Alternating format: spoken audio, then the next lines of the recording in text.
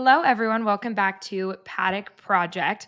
We're so excited to be talking about the Mexico City Grand Prix. What an incredible race. Carlos won. We have a huge constructors battle on our hands. It was a disastrous weekend for Red Bull. We have so much to discuss. We also give a bit of a preview for Brazil next weekend, the end of this triple header. I'm Sarah. And I'm Chessa. Okay, let's start with our overall thoughts and takeaways. For me, the race was just highly entertaining, which is what you love to see. We had some wheel-to-wheel action up and down the grid, and even like the entire weekend leading up to the race was very entertaining. And I think I just love to see three teams battling out at the top, never really knowing who's going to end up on top is such a treat that we haven't had in a few years. And so this was just absolute bliss. I feel like we're really lucky. Everyone's become so spoiled this F1 season. It's wild the turn it's taken. I love seeing Carlos's fourth career win. I almost feel like he, to me, feels more like a 7, 8-time winner almost. I was kind of surprised here that it's only his fourth career win. So huge deal for him. And now we have a McLaren versus Ferrari battle for constructors, which is going to be incredible and so thrilling. And just a masterclass from Carlos. It makes me really, really sad that he's leaving Ferrari. I'm so excited for what Lewis can do with that seat, but I think this is kind of the curse of F1. A lot of the times, right when a driver feels like they're hitting their stride or hitting a career peak, something like this can happen. And I just am excited that he can finish out the season on a high. Also, as a Max and Red Bull fan, what was going on? It's kind of hard to imagine how the weekend could have gone more poorly, besides maybe a double Worse. DNF. But even a double DNF would kind of be less difficult in some ways because it would be maybe potentially less avoidable. So lots to talk about here. Yeah, indeed. All right, let's go into our MVPs and LVPs. I think for my MVP, I think we can probably all agree that Carlos is a huge MVP here. He did so well, did quality so well. My other MVP, I honestly I'm pretty happy with the weekend for Mercedes too. I think they did the best that they could. We saw some good action between the two drivers. It was clean. Nothing terrible happened, and they definitely had a good points run. So I would say my MVP 2.0 would be the Mercedes.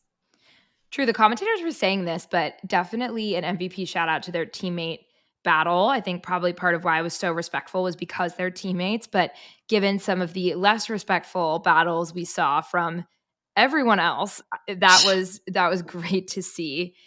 I have to say Carlos also for MVP, incredible, and just Ferrari overall really firing on all cylinders right now. How about LVP? It feels cruel to say Checo is my LVP for the weekend, but like it literally could not have gone any worse for him, and it was so disappointing. So I'll have to do that. And I'm sad about Yuki because I feel like he was doing so well in practice, in a lot of practice sessions. And so to see him crash out was also I don't know really if sad Yuki for me. deserves LVP though, because he was kind of a victim of the circumstances. So it's kind of the wide run to turn one is your LVP. Okay, thank you. Exactly. I think I have to go with Max. I don't know when the last time I said that was, but wow. The 20 seconds. I can't remember the last time someone had a 20-second penalty. It might have been that time when Ocon accidentally kept committing violations while serving penalties and got like 30 seconds worth of penalties. But Yeah, and they kept stacking them. it's kind of hard to remember. And it's just everyone knows that Max is such a great racer because he will always push it to the limit. And that's so much of what racing is. But ultimately, there are rules for a reason. It has to be fair. It's not fun, competitive racing when people are just pushing each other off track every opportunity they get. And I think the commentators were making a great point that drivers are always going to push to see what they can get away with. And when he didn't get a penalty in Austin for forcing Lando off the track and making an overtake, when Yeah. he really did, when you brake so late that you know you're not going to make the corner and then force the other driver off the track, that type of behavior, if it's not getting penalized, then people are going to keep doing it.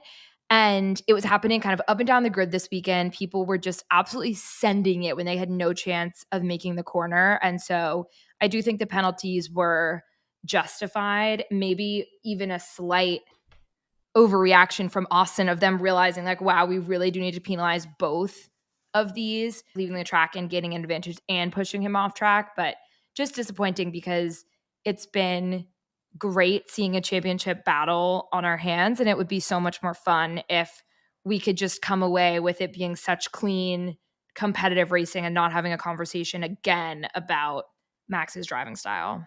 And also, like, it is the winner of this race actually the true winner of this race, or was it just because Max got 20 seconds and that obviously like dropped him far back enough to have it not be like a good clean win? So kind of like the conversation we had after Miami for Lando. True. Let's get into a sobering topic about how our hot takes held up. We have to preface this by saying we had so many DMs this weekend being like, girls, your hot takes are not taking. They are abysmal. It's so sad. I think this is our worst performance ever. I think I can say that confidently.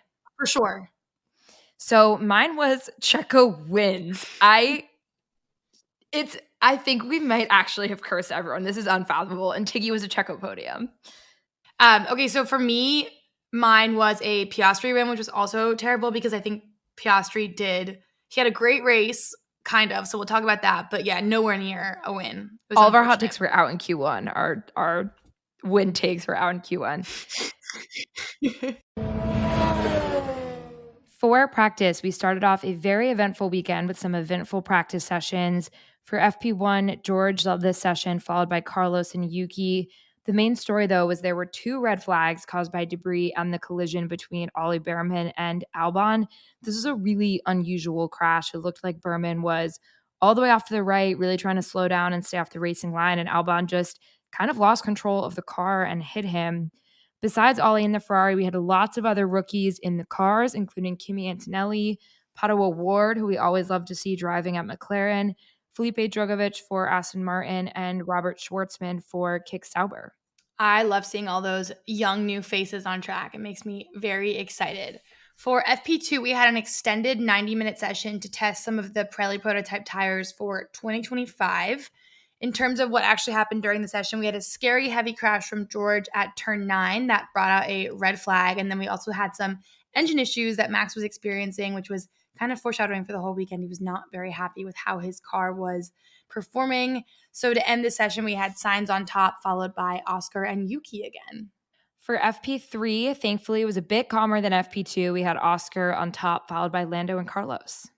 Okay, jumping into quali, the big shocker or surprise of this session was the cuts of both Piastri and Checo. For Oscar, it was really tough because his teammate in the McLaren was setting the fastest lap in Q1, and then Oscar was cut. So it was a very big discrepancy and probably very hard for him to stomach. And then for Checo, it was just a shocking disappointment at his home race. He had so much support this weekend, and I cannot even imagine the disappointment for all of the fans there. So out we had Colapinto, Piastri, Perez, Checo, Ocon, and Joe. For Q2, this session ended early with less than 2 minutes to go after a scary crash from Yuki. Thankfully, he's okay. Such a tough weekend with really big impacts on both Saturday and Sunday. Lando also topped the times in Q2. So for cuts, we had Yuki, Lawson, Alonso, Stroll, and Bottas. And then lastly for Q3, such an exciting session with Carlos's pole. And then we also had both Haas's in the top 10, which I think is a sneaky MVP that we should pull back up because it was so awesome to see them there. And they had a great race, which we'll talk about. So for Q3, it was Carlos on top. And then we had Max in P2, followed by Lando, Charles, and George. Jumping into some overall highlights first, since so much happened in this race. At the start, for some background, everyone was mostly expecting a one-stop race with everyone starting on mediums, except for a few people towards the back on hards. The start was wild, to say the least. As we were talking about with Yuki earlier, it's a very long run into turn 1, and so the cars can go 3 to 4 wide, and it's a really long run there. So Max launched off the line and got the inside line. Lando also weaved into the inside, but he ended up stuck behind Carlos and Max. And then Sainz ran really wide across the grass, but immediately gave the place back to Max since he gained the place off track. Then there was that big turn 1 incident involving Yuki and Albon, who both unfortunately had to retire. Yuki was to the far left by the grass and tried to overtake Albon to his right, but it was a 3 wide situation with Pierre on the inside. So really kind of a classic racing incident where Yuki tried to make the overtake, but Albon was squeezed, had nowhere to go. Again, big impact for Yuki. Glad he's okay. He was so disappointed with the fact that the mechanics had worked so hard to repair the car overnight, only for it to immediately get wrecked again. So sad. Meanwhile, Checo got a 5-second penalty for being lined up ahead of his grid box at the start, continuing just a tragic weekend. It didn't even look close. It looked like from all angles, like he was way over the line. They were just like, this is so bad. He's miles ahead of his starting box. This is just terrible. So, yeah, insult to injury for Checo. So, once we had the safety car restart, that didn't start till lap 7. It was very long. There was a lot of debris to clean up. And Yuki was already being interviewed in the media pen while the safety car was still going on. So, if that's any context there. So, on the restart, Sainz hung on within DRS range until DRS was enabled and then had an amazing overtake with a super late lunge on the inside of Max at turn 2. Really great driving from Sainz. Didn't feel like there was much Max could do, and he got on the radio really upset that he had an empty battery. I think he definitely used a curse word or two in there. He was extremely frustrated. So Sainz pulled ahead, and then Max and Lando had a big battle with Lando absolutely sending it on the outside of Max. They looked equal, neck and neck at the apex. Both ran off the road, and then Max sent it back, ran Lando off the track at turn 4 when he was absolutely not going to make that corner. Lando said, quote, "This guy is dangerous." And that's when I texted the group chat to Sarah and Tiggy being like, their relationship is not going to survive the end of this season. So for that, Max got a 10-second time penalty to serve at his first pit stop. And this is just like Austin. It allowed Leclerc to just come up past the two of them while they were kind of tiffing it out, and he blasted up to P2. Max got another 10-second penalty for leaving the track and gaining an advantage at turn 8. So a 20-second penalty to serve at the pit stop. He called it silly. So you mentioned this about their relationship not being able to survive. What do you think? Do you think they're still good friends, or it's just too difficult at this point? I mean, like, it's so easy to say certain things on the outside looking in. Like, none of us, right, I don't think have ever been in a situation in our lives where we're such high athletic competitors or just like huge competitors with someone, but also being friends. So maybe they are actually like really good at compartmentalizing, and like that would be the healthy, really amazing thing to do. But we're only human, and these men are quite young. Like, I think they're probably going to put racing first and see what happens. And then maybe in like 40 years, they'll be like sitting on a patio in Monaco being like, oh, remember those days? Who So knows? true. I think also I've noticed Max seems to be so much more measured in his comments about the Lando battles than he is about other drivers or other situations. He doesn't really comment on it much at all. Even after this, he kind of said, "Oh, obviously the stewards make a decision. Don't need to comment on it further." After Austria, he was super measured when Lando was getting really upset versus I feel like the comments from Lando are a bit more personal. Obviously, the quote, "This guy is dangerous," was in the heat of the moment. And Lando doesn't go wild on the insults after the race, but he very much said, "This is not how people are supposed to be driving. Most people would agree with me." Very critical kind of Max's approach to driving and racing generally. So I don't know. We'll see. Maybe the offseason will be a good Will be chance to rejuvenating. Yeah. just play paddle or padel and forget about racing. Yeah. The last thing I will say about that is it kind of does feel like maybe Lando has a lot more to lose than Max, who already has several world championships under his belt. And so maybe that's why. Getting back into the race. So it quickly became a battle between Leclerc and Sainz for P1, which made me feel super vindicated because that was my hot take for Austin. So at least it was happening the week after. And Sainz was complaining on the radio, and Leclerc was kind of being told to keep it clean. And then thankfully, to avoid massive team orders, somehow Sainz managed to pull out a big gap of nearly 7 seconds, which is incredible. And then low key, and this is kind of how the race ended, the Haas's were top 10 throughout all of this. They were just capitalizing on all of the drama that was going on. And then about 10 laps to go, we had another big moment where at this point, Lando had really fought his way back up to P3 and was challenging Charles. Charles was defending really hard, and at turn 17 had a huge wobble at high speed. It was amazing car control that he was able to not crash. He had to maneuver through the dirt. He really hung on, and that allowed Lando to get through for P2. There was also that huge battle between the Mercedes at this point. It had looked for most of the race like George had better race pace. He was able to pass Lewis pretty easily early on in the race. He was able to then fend Lewis off lap after lap, but Lewis finally got through with about 5 laps left. So truly the wheel-to-wheel action in this race was kind of unparalleled. It was such an exciting There's race. such a treat. It was amazing. Okay, and our radio of the week I loved was Carlos saying Forza Ferrari, gracias Mexico, which is just so amazing and so ironic because like not Forza Ferrari, like you're literally leaving this team. They wanted nothing to do with you, but hats off to him. It was an iconic moment.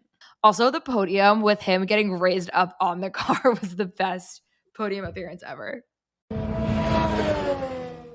All right, jumping into teams. Okay, so for McLaren, solid P2 finish for Lando. He had a tough start, but I think the ensuing drama and Max's penalties kind of helped him capitalize to get that P2 finish, which was great for him. On the other hand, it was tough for Oscar having started way back in the back, but he had a big battle with Colapinto. He was just really, really sending it and doing a really good job. He had some spicy radios about pit strategy, which was very unlike him, but I think he was very dialed in. And in the end, he had an amazing P17 to P8 drive. So very happy for him. It's becoming so crucial with the constructors battle now. Something like a Q1 exit for one driver has massive ramifications. We're seeing that with the discrepancy between Max and Checo of Red Bull could be P3 in constructors with a world drivers champion because of how much you really need that second teammate to be up there as well for that constructors battle. Colapinto also, I think, did end up getting a penalty for causing a collision on that one. So the stewards were active today. For Red Bull, we've talked about this a lot already. Just it's hard to imagine how this weekend could have gone worse. We also had a really symbolic Lawson Checo fight at turn 4. Turn 4 was really a hot zone the whole race. Checo could not get past Lawson and then got upset on the radio and called Lawson an idiot. Lawson was also upset. Checo had damage to his side pod, which really, I think, impacted him the rest of the race and was part of why he was not able to make up any ground. He then pitted at the end to try to beat Charles for fastest lap, but Charles still got it. It was absolutely brutal out there. And also, I don't know how Lawson has managed to kind of get into Just a tiff everyone with off. 2 veteran drivers his first 2 weekends, but glad he's holding his own. I'm curious to see how this all goes, and I also wonder how much of it might just be kind of like an under the radar media spectacle that's getting blown out of proportion. But I'm here for it. You know, I love to see these young folk battling with the veterans. For Ferrari, so like we just said, Leclerc ended up pitting for fastest lap and got that. Sainz was really open in the press conference about how difficult and disappointing it is for him to be in such good form, kind of like what Sarah was saying, but knowing that you're not going to be on the team next year. He got pole by 2/10, and you know, knowing that the team that he's leaving could be in the title fight next year is very, very disappointing. And he also added that he has felt like he has contributed a lot to the team's growth and success in the past several years. And now that it's finally coming to fruition for him, it's an incredibly tough pill to swallow. I could only imagine. But overall, I think the team looked really strong. My question to you, Sarah, is do we think we have another battle for constructors on our hands? Do we think Ferrari is going to surpass McLaren? They've been on pretty good form lately. It's definitely possible. We have Ferrari with 537 and McLaren with 566. So only about 30 points. And like we've been saying, if you have one driver out in Q1, you have one DNF, this can have huge impacts. We do still have several races left. I think it's unlikely at this point with how well McLaren's been performing that Ferrari could overtake them. Also, given that it's Ferrari, you have to kind of wonder if they'll be able to hold this form the entire rest of the season, this kind of very error-free form, besides maybe Charles's wobble in the last couple laps. But I think McLaren probably has it, but it's just thrilling and so good for the sport that now there's a 3-way battle for constructors. And it's incredible that Red Bull is in P3. For Mercedes, it was not a terrible weekend for the team. P4 and P5 for Lewis and George. We did love seeing that teammate wheel-to-wheel action like we were saying. The car had some pace, but just could not keep up with the Ferrari. For Aston Martin, it was amazing to see a lot of fanfare for Alonso reaching his 400th Grand Prix this weekend, but he had to retire, which is such a bummer. He was also ill earlier on the weekend and had to miss press day on Thursday. So, a bit of a tough weekend, but it was really great to see him getting all the recognition that he deserves for such an amazing achievement. 400 races is absolutely insane. Like, he must just, at each race start, I wonder if he even gets nervous anymore. It's wild. For V Carb, okay, so Yuki was out on lap one, like we said, absolutely tragic, especially since he was doing so well in the early practice sessions. For Liam, I feel like we kind of already talked about him, but he was in the fight for points. He got through that battle with Checo without damage, but then he only had a few laps left before contact with Colapinto, had to pit for a front wing change. Overall, interesting weekend for him, given the relationships or lack thereof that he was forming with some of the other drivers like Checo. Alpine brought upgrades to Austin that were paying off, and they are continuing to pay off this weekend in Mexico. We had points for Gasly in P10, which was exciting. For Haas, we had a double points haul for Haas with K-Mag in seventh, which is his best result since Bahrain in 2022. It's amazing to see them back in good form, really fighting at the top of the midfield. So, absolutely love to see it. For Williams, despite missing out on points and having that 10-second time penalty, I think Cole Pinto's P12 finish was pretty admirable, and then tough for the DNF with Albon. And then to close it out with Stake, another tough weekend for them, P14 and P15 finish. It was also sad because it looked like points maybe could be in the cards for Bottas for a brief, fleeting Yeah. moment, and that was difficult. For standings for drivers, we have Max with 362, Lando with 315, Leclerc with 291, Piastri with 251, and Sainz with 240. And then for constructors, we have McLaren with 566, Ferrari with 537, Red Bull with 512. So 50 points behind in constructors now Insane. for Red Bull. Mercedes with 366. There's a huge drop off there. And then Aston Martin with 86 and Haas with 46. So Haas is in P6. Go Haas. I love Haas. I freaking love that team. I've always loved that team. When people start asking what my favorite team is going to be, I'm just going to start saying that. Truly. You really have truly Oh, always been a Haas fan. I think you need to I make just it just feel make it official. I just have some sort of intrinsic affinity. I don't know what's going on. Anyways, I can't wait to see these battles continue to spice up, and the drivers are getting very close as well. I think Max might be running away with this one. He might. I don't want to say he has it in the bag because never know what's going to happen. But it's been crazy enough that I could see Lando and Leclerc really start to battle it out for P2 in drivers.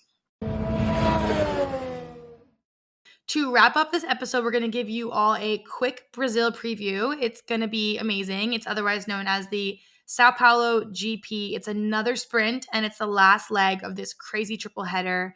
And after that, only a handful of races left, which is absolutely wild. They really pack it in at the end of the season here. A triple header with two sprints is massive. For the circuit, some people describe it as kind of a carnival atmosphere. So, rain or shine, people will be having the time of their lives.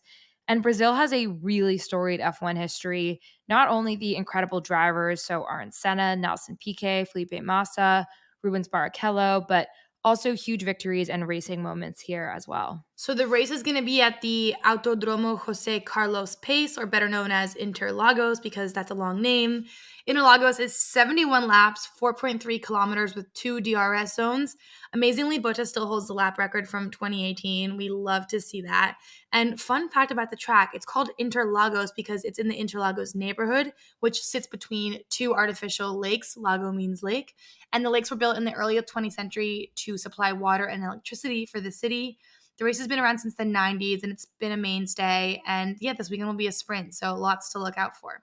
In terms of what happened in last year's race, it was a dramatic weekend. We had a sprint last year as well. Lando took his first ever sprint pole, and we saw incredible wheel-to-wheel racing throughout the race. We had P1 for Max, P2 for Lando, and P3 for Checo. Quali was also extremely eventful last year. There was very unusual weather. I remember this. It was wild to watch. There was heavy mist and strong winds, so it almost had the atmosphere of a night race and caused a lot of chaos. There was a red flag with Q3, which caused several drivers like Checo and Piastri to get really unlucky with timing and unable to set lap times. For the race itself, it was crazy. It was definitely one of our favorite races last year, and I think that was the race where in the recap we're like, "Oh my god, we're so lucky. The race was so amazing." But Carlos crashed out in the formation lap, and then the first lap itself saw huge incidents between a lot of drivers, but including Albon and K-Mag, and then we had a big red flag for that. We had a thrilling fight for P3 with Alonso holding off Checo in an insanely close finish, separated by just 0.053 seconds, like literally crossing the finish line.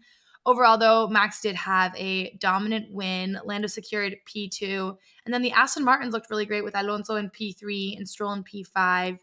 And on the other side of things, this was kind of like the tale of two cities with Max running away with it and the Mercedes looking quite terrible. Toto called it their worst race in 13 years. Lewis got a P8 and George got a P15. It's kind of giving Red Bull at Mexico City. Very, very similar. So thanks everyone for listening. We will catch you all next weekend for a Brazil Grand Prix recap.